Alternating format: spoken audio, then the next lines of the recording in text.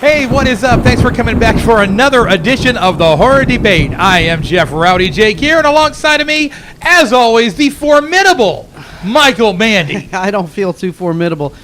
Are you sick? I am seriously physically ill. Oh my God! You know, you talk about shaky cameras. We just watched the epitome of the shaky camera. This is film. The king of the crappy shaky camera genres. Oh, and it is appropriately named Atrocious. It is a god-awful atrocious pile of steaming, melting poo. Terrible. Not only have we seen this movie before, we ended up having to read our movie, but that's not really a knock. That's just the fact that it's a foreign film. It's a Spanish film, so they all speak Spanish. Yeah, but we've seen this before, didn't we? Like in the 90s? What, you mean? Like Blair Witch? Yeah, this movie wants to be Blair Witch. So badly. Yeah. You know? It even has the same concept. A family is found murdered, and they found the two cameras that documented the whole thing. Even though these two cameras pretty much just documented green branches hitting the lens, and someone, Mama! Jose! If you are a green thumb, if you're a green thumb, you're going to love this movie. 99% of this movie is all black-lit, shaky, Mikey, shaky. But you're always asking for more bush shots. And what did I tell you? I said, dear God, this movie is going to end. It's going to shake all of a sudden, camera sideways. Hold on. You're going ahead of yourself now. You always want more bush shots. Number one, they gave it to you. Number two, what is the plot here? I just said. A family is, but the thing is, the movie doesn't start out with the quote-unquote news footage in the last 2 minutes of the movie describing everything was more entertaining than the previous 86 because it made more sense. It made a lot of... Yeah. Okay, when you go and you find a family member tied up in some kind of pillar Greek temple thing, wouldn't you say... What the hell happened to you? No, just... Mama! Jose! Mama! Jose! Mama! That's the whole damn movie! Shake. I got so violently... I literally had to leave this movie twice. Yep.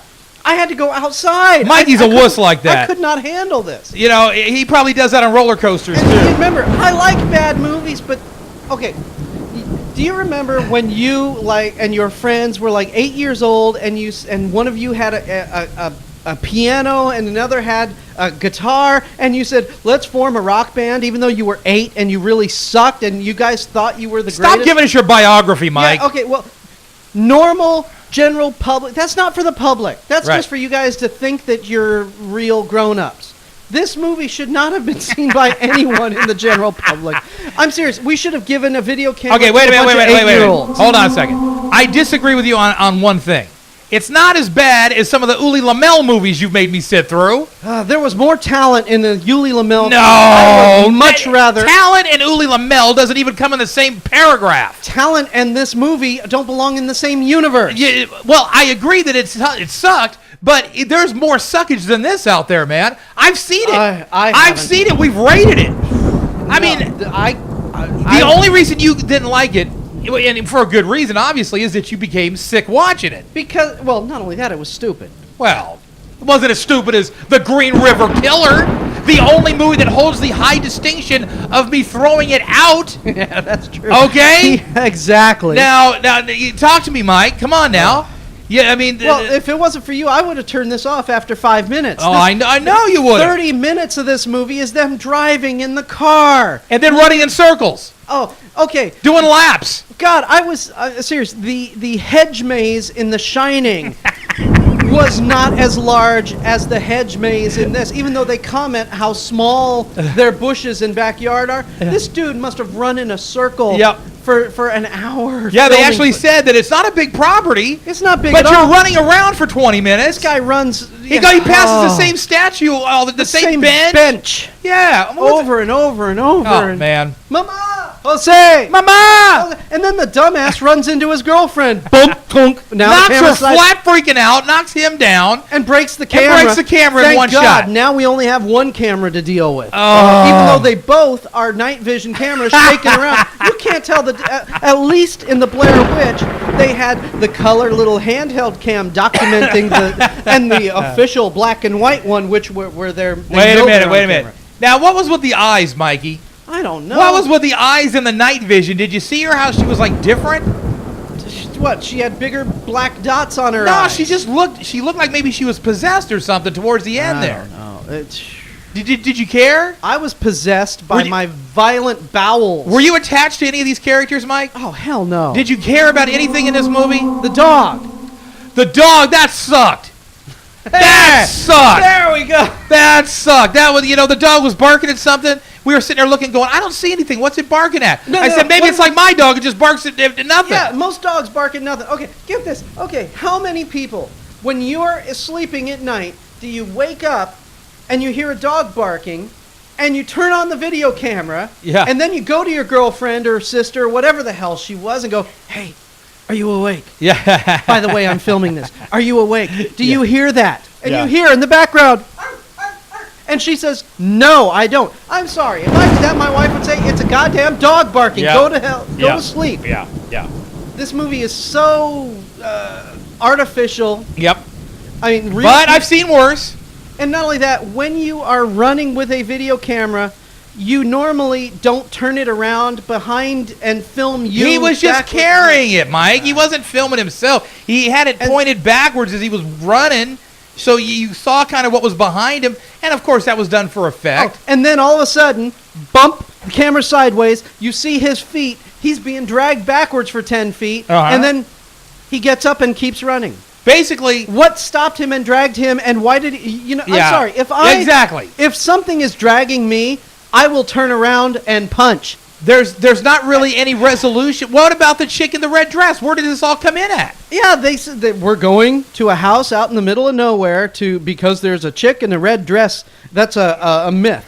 So let's go to this house. Okay, wait a sec. Isn't she in the forest? Why are you going to the house? Let's talk to the guy who lives in the house. But I don't want you to go outside. Yeah, you can come here, total strangers, with your video cameras, and I'll tell you all about the myth of the chick in the red dress in the forest behind my house, but you can't go outside. You can only film inside. Only film in here. Yeah. What's going on there?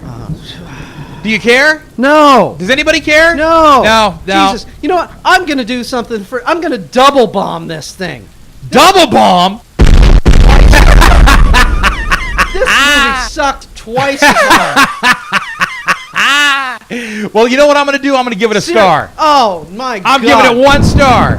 I think the worst film we have done on this is that Santa's, the one where the idiot guy drove around thinking he was Santa Claus, and he dressed up his van thinking he was Santa Claus. Goldberg? You didn't like Goldberg? No, not that one. The other Santa one. The Goldberg one was kind of cool. Yeah. The other one. The one that took place in New York, and it was really slow. And remember the end of the movie? He drove his van off a cliff, and it went in slow motion, and he thought that he was in Soleil. And that movie sucked so hard. And we kind of cheered for that, didn't we, when he drove off the cliff? Yeah, we said, thank God he's dead, because that means the movie is over.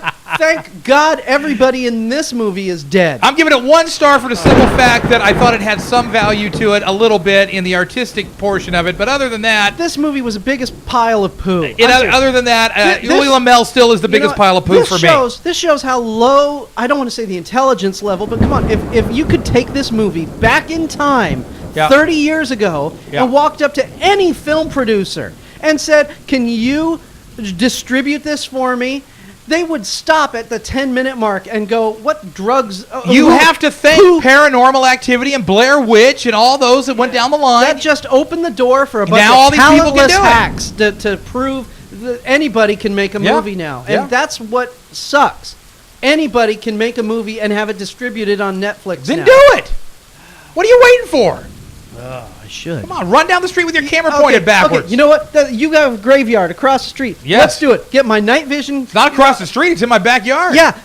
Get my little handheld camcorder, and I'll just run in a circle for 90 minutes, and I'll scream, Jeff! And you go, Jeff! You'd be so tired after 9 minutes, dude. You'd give it up and say, cut! Okay, I got a better idea. I'll tie it to your dog. There you go. And let him just run around. Then when he gets loose, we'll know where he's at. Exactly. Right. That would be more entertaining. Did you like this movie, Mike? Oh, Christ. Dude, I am seriously considering getting violent and hitting you with this chair. Do it, please. I need a chair shot now. Please. Please, I've been waiting. Spare me. Okay. Good. Double bomb for the first time ever and 1 star. I'm Jeff Rowdy Jake here. He's Michael Mandy. We'll see you next time at the Horror Debate.